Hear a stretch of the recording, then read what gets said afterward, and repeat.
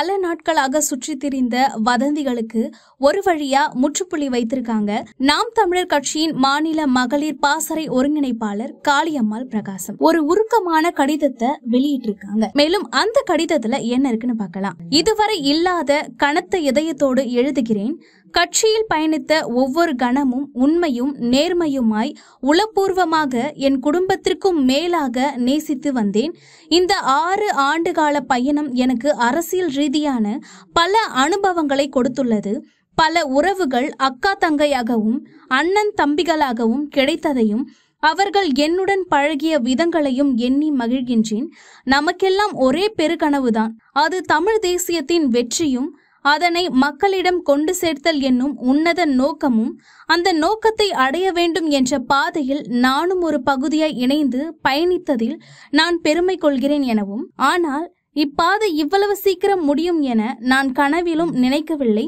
அந்த 6 வருட காலமாக ஒரு சமூக மாற்றத்திற்காக ஒரு பெண்ணாக இருந்து எவ்வளவு போராட முடியுமோ என் ஆற்றலையும் மீறி உங்கள் எல்லோர் அன்பினாலும் நம்பிக்கையாலும் இந்த களத்தில் நிற்கின்றேன்.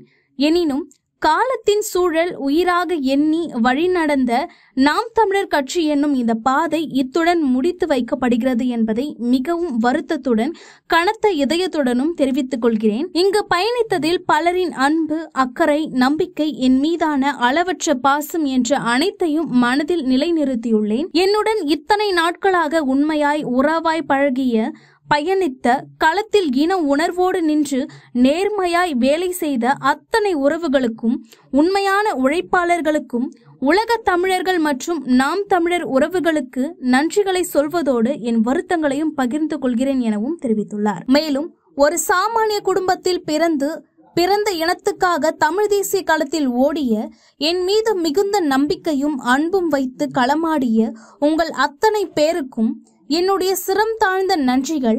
எனக்கான நெருக்கடிகள் நிறைய வந்தபோதும் என் மீது நீங்கள் கொண்டுள்ள நம்பிக்கையாலும் நான் உங்கள் மீது கொண்ட அன்பினாலும் எந்த முடிவும் எடுக்காமல் அமைதியாக இருந்தேன்.